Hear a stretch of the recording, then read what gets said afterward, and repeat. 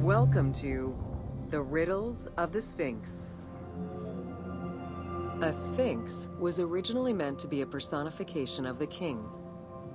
The human head, wearing pharaonic regalia, was fused with the body of a lion, thus sharing the qualities the powerful animal possessed, namely its power, the swiftness of its attack, and its majestic authority. By these very virtues, it was also considered a symbol of protection. Unsurprisingly, statues of sphinxes could be found along the dromas, protectors of the path taken by the gods to reach the temples.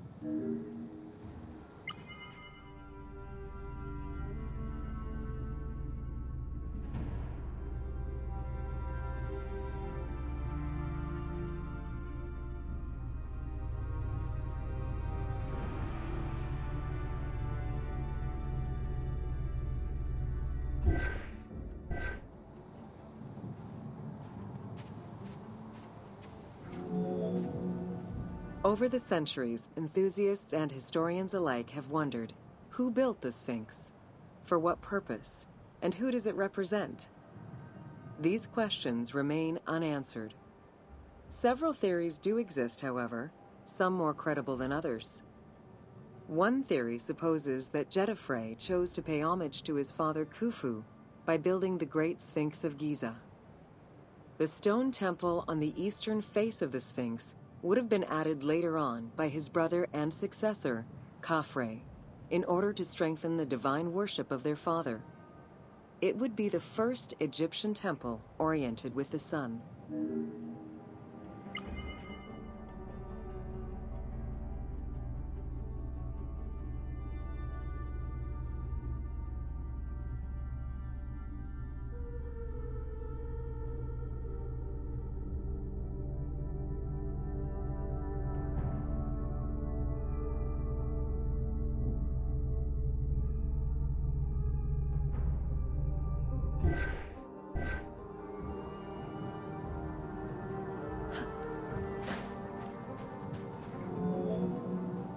Another theory suggests that the Sphinx was built by Khafre and was meant to represent him.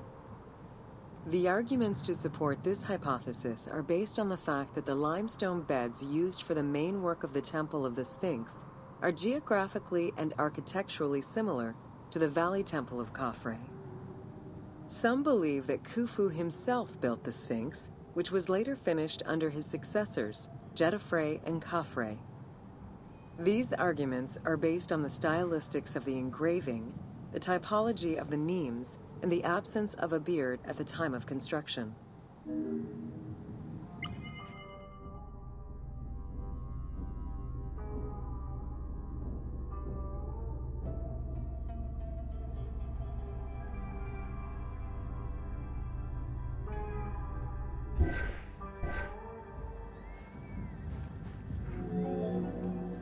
While ancient Egypt as a whole leaves a rather monochrome vision of its monuments and statuary, it is vital to understand that in ancient times, absolutely everything was painted. The sun, eating away at the pigments of the colors, the sand, the climate, and the implacable impact of time, unfortunately destroyed the glorious colors of the Sphinx of Giza. Documents from an Arab Egyptologist of the 12th century, Abd al-Latif al-Baghdadi, indicate that traces of red were still visible in his time. Today, however, the only color that remains are traces of red close to the ears of the Sphinx, as well as hints of blue and yellow on the nemes, traditional colors for that type of headdress. The pigments for the color red were man-made, obtained by mixing different products such as clay, quartz sand, and very finely crushed hematite.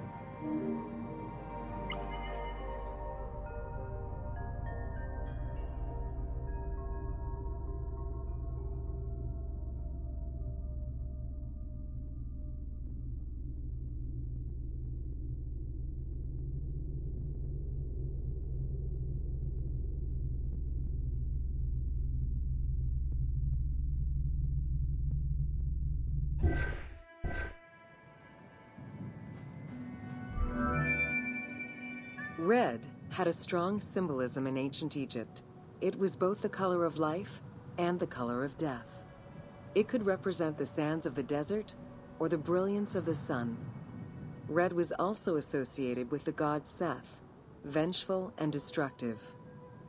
The Egyptian word for red, deshur, is also the word which was used to signify the desert, or the royal crown of Lower Egypt. In art, red was also the color used to paint the bodies of men, while yellow was used for women. It is possible that there were also color restoration efforts during the Saite period about 600 years before Cleopatra's rule, as indicated by notes on the inventory stele, discovered in 1858 by Auguste Mariette. It is because of this that the team made the decision to display it with its full range of colors, even though the Sphinx's colors would have likely faded by Cleopatra's time.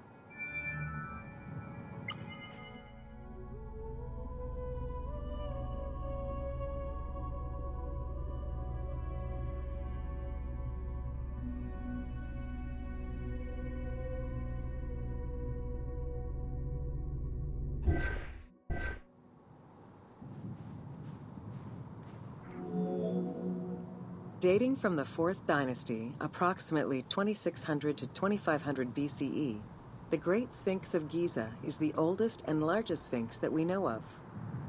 Carved from a natural limestone outcrop, the Sphinx measures 19.8 meters in height, 73.2 meters in length, and 14 meters in width.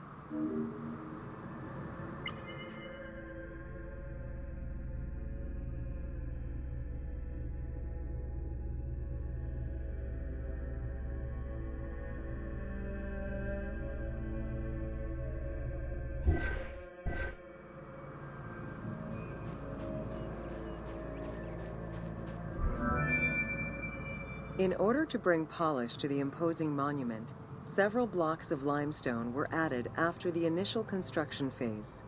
Since then, there have been numerous attempts at preservation. The polish present in the game integrates some aspects of modern restoration attempts. The team made this choice to present a more iconic version of the Sphinx of Giza to the player. Today, the Sphinx is called the Terrifying One. This appellation is translated from its Arabic name, Abu al-Hal, which in turn was derived from Baluba in Coptic.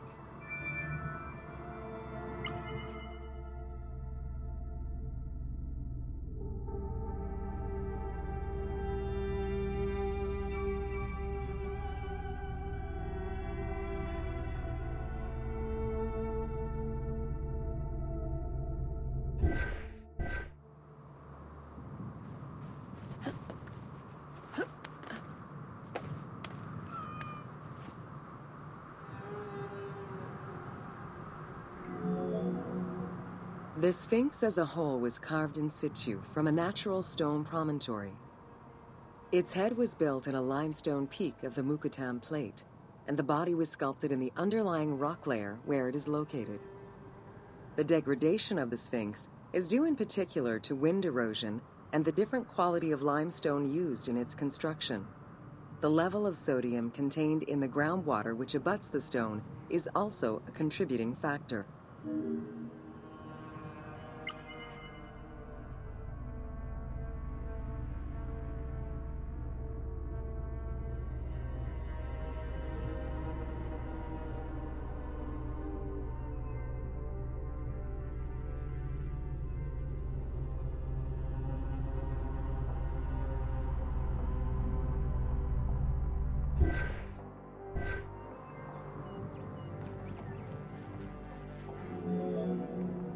The natural bedrock is seen through the oblique natural strata of the Sphinx's body that are similar to the surrounding limestone.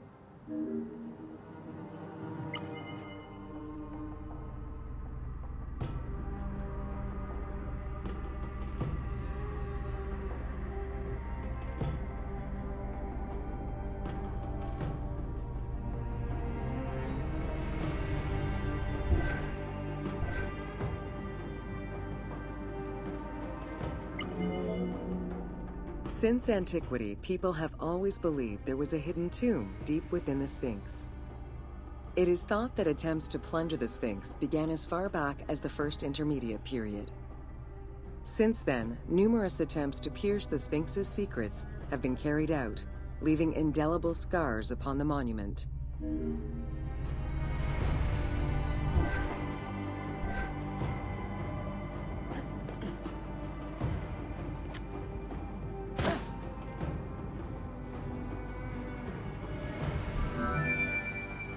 "12 meters long and cut during pharaonic times, another entrance in the back of the Sphinx aroused curiosity. Although Thutmose IV attempted to seal it off, it was possibly reopened by treasure hunters. It was rediscovered by Howard Vyse and mapped more recently by Mark Lehner. This entrance at the back of the Sphinx leads to different cavities of a few meters each, in directions going inside the statue's body and under the surface. The team has used this opportunity to extrapolate a little more.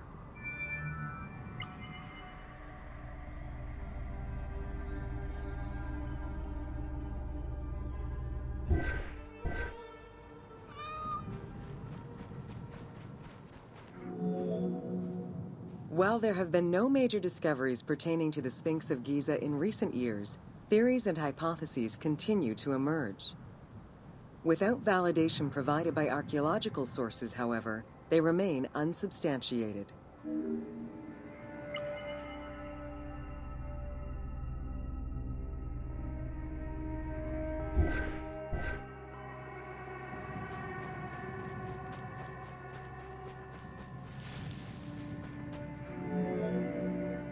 The first of the main theories as to the Sphinx of Giza's meaning posits that the Sphinx was originally a massive representation of the god Anubis.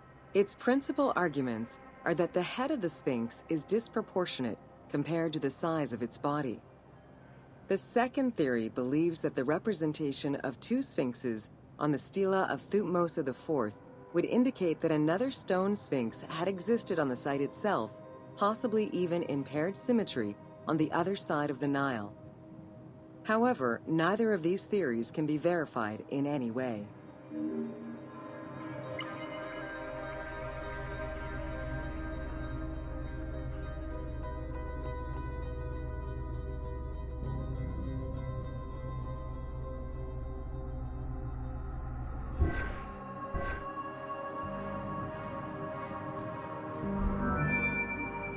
Several scientific projects using new technologies have been put in place in the past decades. The most important was led by Mark Lehner and his team, who specialize in the study and survey of the Giza Plateau, including the Sphinx site. The mapping made it possible to see the materials used to construct the Sphinx, analyze the different layers of erosion, and figure out the most fragile areas to protect. After a few attempts at giving the Sphinx artistic proportions, the team instead decided to use photogrammetry mapping to faithfully reproduce the proportions of the Sphinx.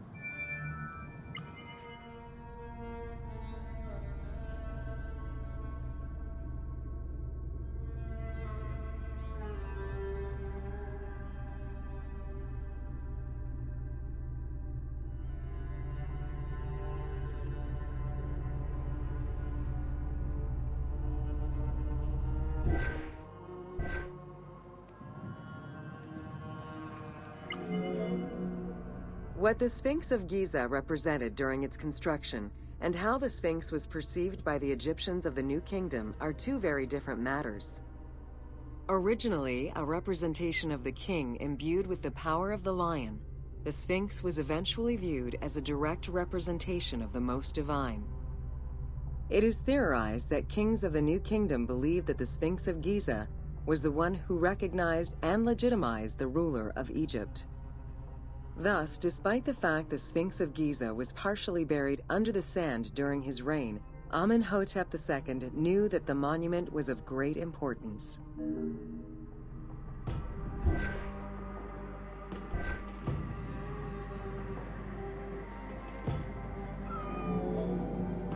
Amenhotep II built a second temple dedicated for the Sphinx as Horemakhet to pay homage to Khufu and Khafre, his predecessors. It became a common habit for this dynasty to spend time with their royal courts at the Sphinx. Its sanctuary became known as Setepet, the Chosen.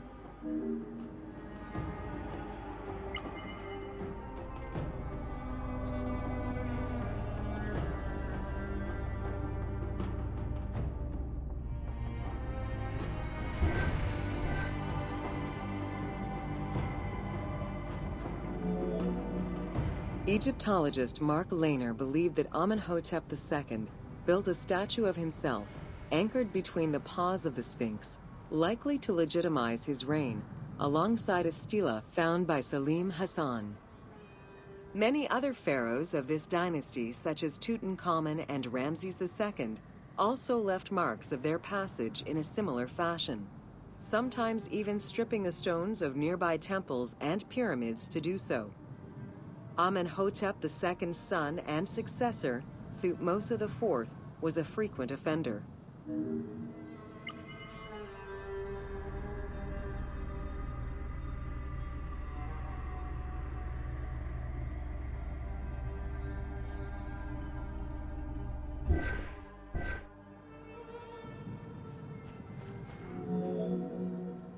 While sleeping between the Sphinx's paws, the future Thutmose IV saw in a dream the god Horamakhet proclaiming his coming accession on the throne of the two lands.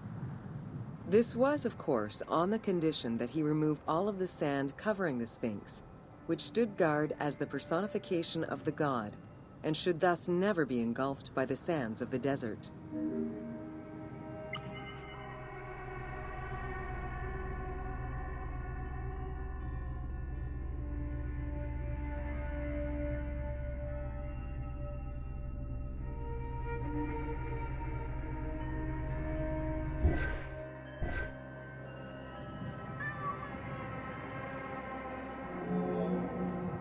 The 15-ton dream stela built by Thutmose IV to commemorate his dream was discovered by an Italian Egyptologist, Giovanni Battista Caviglia, in 1818, when he undertook the task of freeing the Sphinx from the sand, which had, yet again, covered it.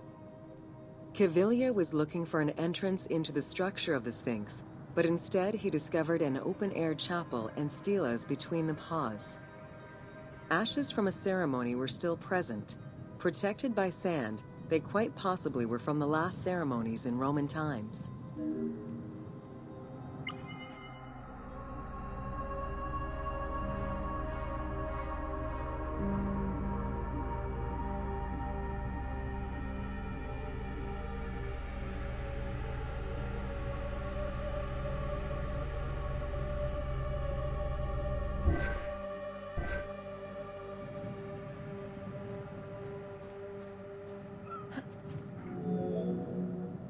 That same year, Caviglia discovered fragments of the Sphinx's beard that had probably been added during the New Kingdom.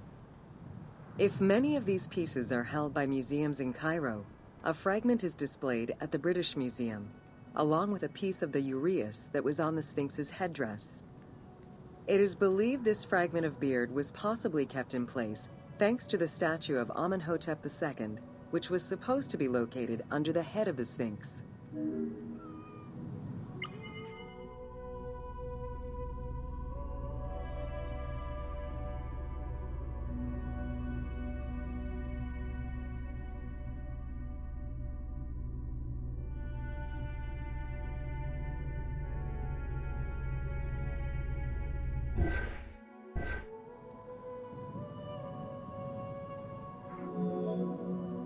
A popular cultural legend purports that the nose of the Sphinx of Giza was lost during the time of Napoleon Bonaparte to the cannon fire of French soldiers in training. However, engravings from before the time of that campaign already depicted the Sphinx without a nose, indicating that it had been removed before the French campaign.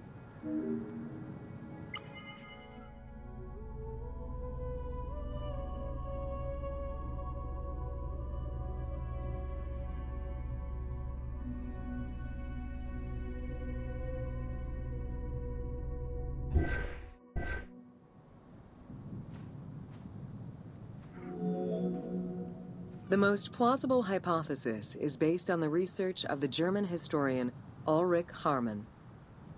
During the 1980s, Harman compiled medieval sources written by Arab authors. In doing so, he discovered that the Sphinx was once perceived as a favorable omen, a deity supporting sediment-nurturing floods and crops. Around 1378, a Sufi by the name of Muhammad Sa'im al-Dar could not stand this vision of the monument, and in an iconoclastic act broke the nose of the Sphinx. According to the texts, he was then hanged and burned between the legs of the Sphinx for his crime.